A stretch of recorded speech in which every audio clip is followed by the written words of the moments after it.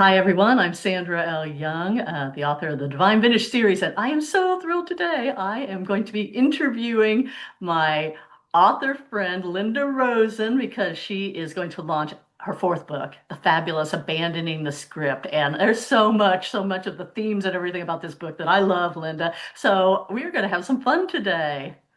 Thank you for having me. Thanks. This is going to be fun. Um, this is not my usual apparel. You don't You could have mind. fooled me. Yeah. So we want to explain that to people, right? That Sure, the you book go ahead and tell them about your you can lead into the theme any way you want to well, set us no, up is just that great. abandoning the script begins in 1922. So I'm dressed as a flapper, and Sandy, I guess you are dressed as actually probably what one of my characters would be wearing because they are businesswomen, except my main character is an actress. So therefore, we are dressed as the 20s. Yes, I love it that your character is an actress and all that. And we are going to delve into your themes and your book. And you and I share this fun similarity that Yeah, we love, obviously, in our current body of work. We focus on vintage.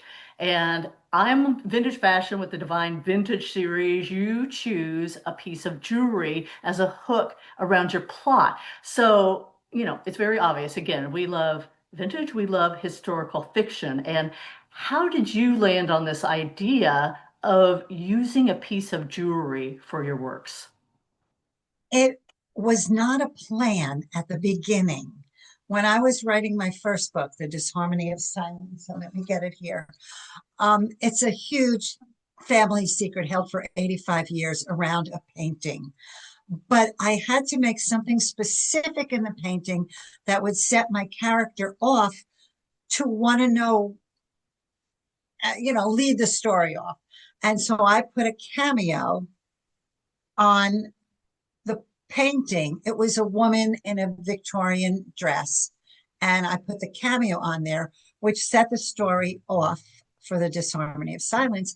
Why my character wondered, why is that cameo in the painting hanging in my mother's living room, the exact same as the one in her jewelry box? And who is this artist? And it set the story off. Went into genealogy, went way back, and also kind of a little dual timeline for a portion of the book to discover this secret that went around the cameo. Well, the next book I was writing, Secrets of Sisters of the Vine, um, I needed a hook for the divorce. And I just decided on a 3 carat marquee diamond. Now, I will tell you, this is my cameo, but I don't own the diamond. Beth. Yeah, too bad. So it was after that book came out that the wonderful Lisa Montanaro, who does branding, said to me that jewelry is my brand and that readers will expect that to be in my books. So that's what set it off.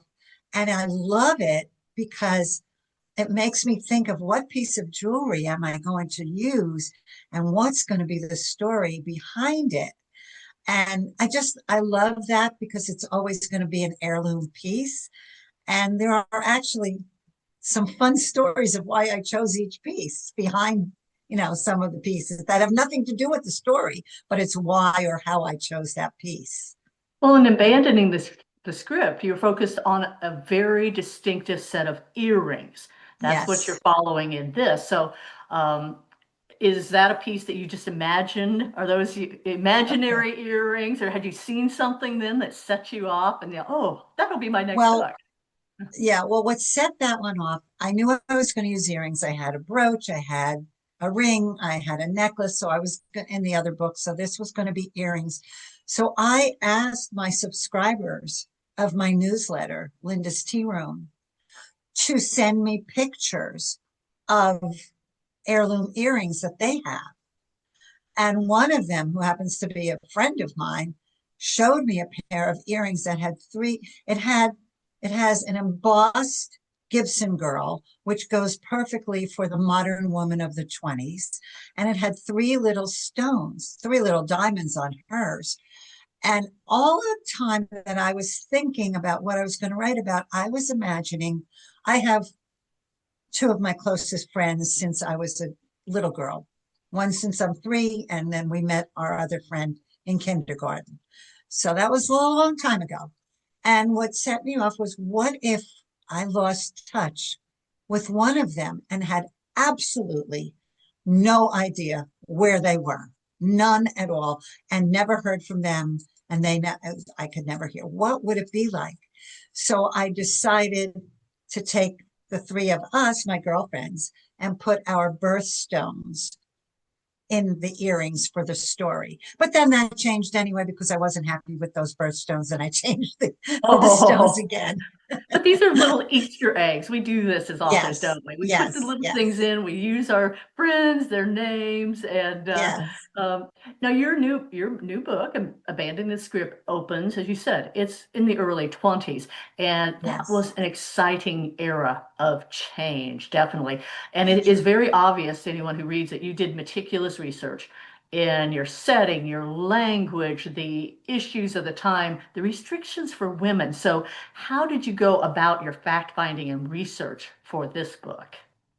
Well, I'll tell you what started the book, other than wondering about if I lost touch with a friend. I had read Fiona Davis's book, The Lions of Fifth Avenue, and read about the Heterodoxy Club. I was fascinated by this secret club that was at the end of the 19th and early 20th century of uh, unorthodox women, women who were in the first in their fields, many journalists, doctors, lawyers, whatever. So I did a deep dive into that, which you can't go too deeply because there's one book written on it. And I spoke to Fiona, and then I went to the library down in Greenwich Village where the Heterodoxy Club met and where my characters live. So I did a lot of that type of research and research online. But then I walked the streets of the village. I found my character's home. She goes to Grand Central Station. I mean, these are places that I lived only a half hour away, so I've been to, but I did a real search around Grand Central. I went up to the Dakota apartments and I had to study that, the apartment building from the outside. So I was hands on in a lot of it. And it even goes to LA in the 20s. Well, I went to LA a lot. So I specifically took a trip to Culver City where my character goes. Oh, So great. this was hands on. Yeah. Very Or much. feet in. And Yeah. we know doing historical fiction, you really do deep dive. And if you don't do it right, people will call you out on it. So Yeah. did you have any surprises in looking into that era? Or was it pretty much, as you said, you're looking into strong women of the time, et cetera, pretty much as you expected? I actually was astounded to find out that it was against the law. The law was on the books probably till the 1950s that women were not allowed to wear pants. It was against the law, though nobody followed it. In the whole And US, the whole well, nation, or it was against the law. oh my And gosh, I made I a think I thing knew of that. that in the book. Yeah. I mean, I really made a thing of that because my character wears harem pants at a Christmas dinner that she's doing, and her husband, who was extremely controlling, hated those and insisted that he take Mhm. her shopping to buy her clothes. And I made a thing with the pants. I mean, there was a lawsuit that happened. There was, so I made a whole thing about her wanting to wear pants Well, you also and have a defy it. dual, yes, you have a dual timeline, as you said. It's not a modern dual timeline, though. What do you like about writing dual timelines? Well, I love reading them because I like that back and forth. I know a lot of people don't like the back and forth.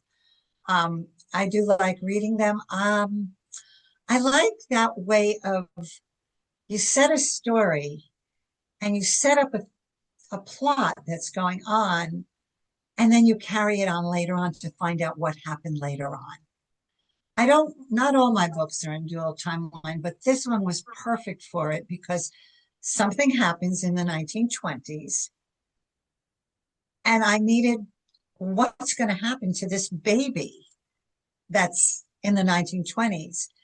And then her story gets told 30 years later when she discovers the truth about her life later on. Um, Right. That's critical that you have that yeah. opportunity to take the story, not just what the decision was made, but where did it end up? And what's the Yeah. resolution? So I And agree with you. sometimes, yeah, and sometimes you don't want that whole middle part. That's, these are the big parts. Yeah. Yes, exactly. Let's not sag our middle. So, and you don't stay away from controversial topics either. You definitely dive in there. In the Emerald Necklace, you talked about abortion and abandoning the script. You have Lucy. She's a mother who makes a shocking life decision, really. So why do you choose to tackle such challenging topics instead of taking a quote easier path? I like reading a book that I'm going to learn something and that there's a lot of meat in it to discuss. And so that's what I want to write. I want people to, yes, to curl up and cuddle up with a book that I wrote and, and enjoy it. But I want something meaty in there that they're going to want to talk to their friends about, or for younger people to learn. And, book clubs, I know your books would be great for discussion because, again, it really does open up. And you have a knack for making your characters empathetic, even when they may be making decisions that do not set well with some of your readers. Have you ever had people really come at you online or in person say, oh, they really disliked the character or the action that they took? I had it one time with the disharmony of silence. Um, I don't know what's going to happen with this one because Lucy is a very conflicted character. And though people may not, and I don't agree with what she did, I wanted to make her sympathetic for people to understand why she felt forced to do what she does or what she did. I'm changing tenses. Not a But good thing here. you did But that. You did yes, set up her history so that people understood what is underlying someone who could make a decision about their life, the motherhood, that might in some some to some people just be, incomprehensible to them, as you said. So yeah, that's a knack, I think, to walk well, that thank line. you. She's a very controversial character, and um, as I said, I don't agree with what she. I shouldn't say I don't agree with what she did in the book. I can't imagine a woman doing what she does. Let's put it that way. And that's really why I wrote that, because when I was researching the heterodoxy club, I found a woman who did give up her daughter. And I knew somebody when I went to college who I heard about afterwards who had left her husband and children and just went off. I have no idea whatever happened to that woman or to anything, but that story has stayed with me for many years, always trying to figure out how a mother could give up a child and why. And I wanted to explore You've that. worked through that in this book. You've dived Yeah. in and you've given her a backstory of why something like that, could be happening to her. And now, one of the parts, of course, besides the fashion that I really, of course, enjoyed in this book was the theater aspect because Lucy is an actress. She's talented. She wants to be an actress, not to, follow the path that she's fallen into, I guess. So, were you also in theater? I mean, I've done years and years. I've done many decades of theater, and I was wondering, have you also done theater? Is that how you came In into high that? school, I was in My Fair Lady in high school, but no, I've not done theater. Um, because of researching the heterodoxy club and learning about the different women, I decided to take, I wasn't going to write, those women should have their story told, but I wasn't telling the real women. But I made a conglomeration of the various women that grabbed me. And so I have Lucy as an actress because there were actors and actresses, rather, whatever. In the Heterodoxy Club, there were women lawyers, there were women journalists. So that's where that came from. But that was a lot of fun because I did a lot of, interviewing. I didn't interview you, but I did interview some others to get the feel of when you go out on an audition Yes, and when you're on stage and when you're backstage, I mean, and when you're on stage. there Right, it's a different, it right. is a whole different world, the theater, Yes. definitely. So, It was fun to explore it too. oh And yes, why, silent movies were out at the time, but Lucy did not want to be in the movies. She wanted live theater, and that has a lot to do with who she is and why she wants live theater. Um, right. So again, so many fun things that you have explored in this book. And what is your actual launch date? March 5th. March 5th is coming up very soon, March 5th. Oh, very fast. Excellent. Do you have any other celebrations? Anything else that you're planning to? Well, I am going to be celebrating online at Bookish Road Trip on Facebook. So if you are a member, join us. And if not, join Bookish Road Trip. It's free. I'm going to be there all day. We're going to show this. I'm going to go live. I actually have a scavenger hunt planned with a giveaway. So I'm just going to have a lot of fun with that. That's it. And I have some also events throughout March where I'll be speaking, about the book and also my jewelry events, which stem Yes, from the that's one of books. the things I want to touch on is you not only do you just go out and do book clubs and things like that, but you do some interesting things with your presentations with jewelry. Share about that. Well, it all stemmed from the jewelry in the books that I do a presentation called Jewelry and the Art of Story. And this goes to book clubs and women's clubs, church groups, that kind of thing, organizations where I come and I tell the stories behind the jewelry in my stories. Not the book stories, but why I chose them and some of the Hmm. funny stories that have come along. And then the people bring a piece of their heirloom jewelry and they get to tell the story behind their heirlooms. And then we make up some fictitious stories about it. I give them a prompt and this one speaks and then that one speaks and we just create some stories. So it's a lot of fun because what woman doesn't love to share a piece of her jewelry? Well, it sounds like it. And if it's coming from a family member or whatever, it's just great memories. And so that does indeed sound like such a fun book experience. And fashion and books and love it. Is there anything else about abandoning the script before we sign off that you want to share with people?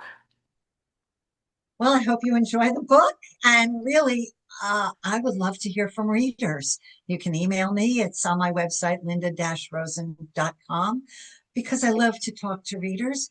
Invite me to your book club. I'll come virtually or in person, depending where you are. But there's a lot to talk about in this book, and I would love to chat with readers about it. And I imagine Bookish Road Trip will do that with our book club. We are tour guides with the Bookish Yes. Road Trip on Facebook. As I said, if anybody isn't a member, come and join when Linda's doing her author takeover day and her scavenger hunt, and stick around for the other fun things that we do there. So, well, best of luck on your new launch, and it's been such fun. Stand up, give us a little twirl Oh, here. right. You have to see my whole dress, right? Yeah, let's see your outfit. All right, I love it. I Oh, love it. here's the bracelet. You have to have the bracelet on top of that. And I can That do a is Charleston for you. There you go. That is fabulous, fabulous. And Yeah. let me stand up and give you a little bit of idea of mine with this mock dropped I waist. love whatever that thing is that's black thing in the middle, whatever that is. I love it. Mine is actually later. It's not at my authentic 20s is too fragile, so I'm not wearing it. Oh, yeah. But it's This probably late dress, 30s to 40s. my dress is straight off Amazon. Yeah, there you go. Well, you look fabulous, and your book is a fabulous experience too. And urge everybody to run out and get a copy and support Linda when her launch comes up. So, best of luck, and Thank you. we'll stay connected. Bye bye. Yes, thanks. Bye bye.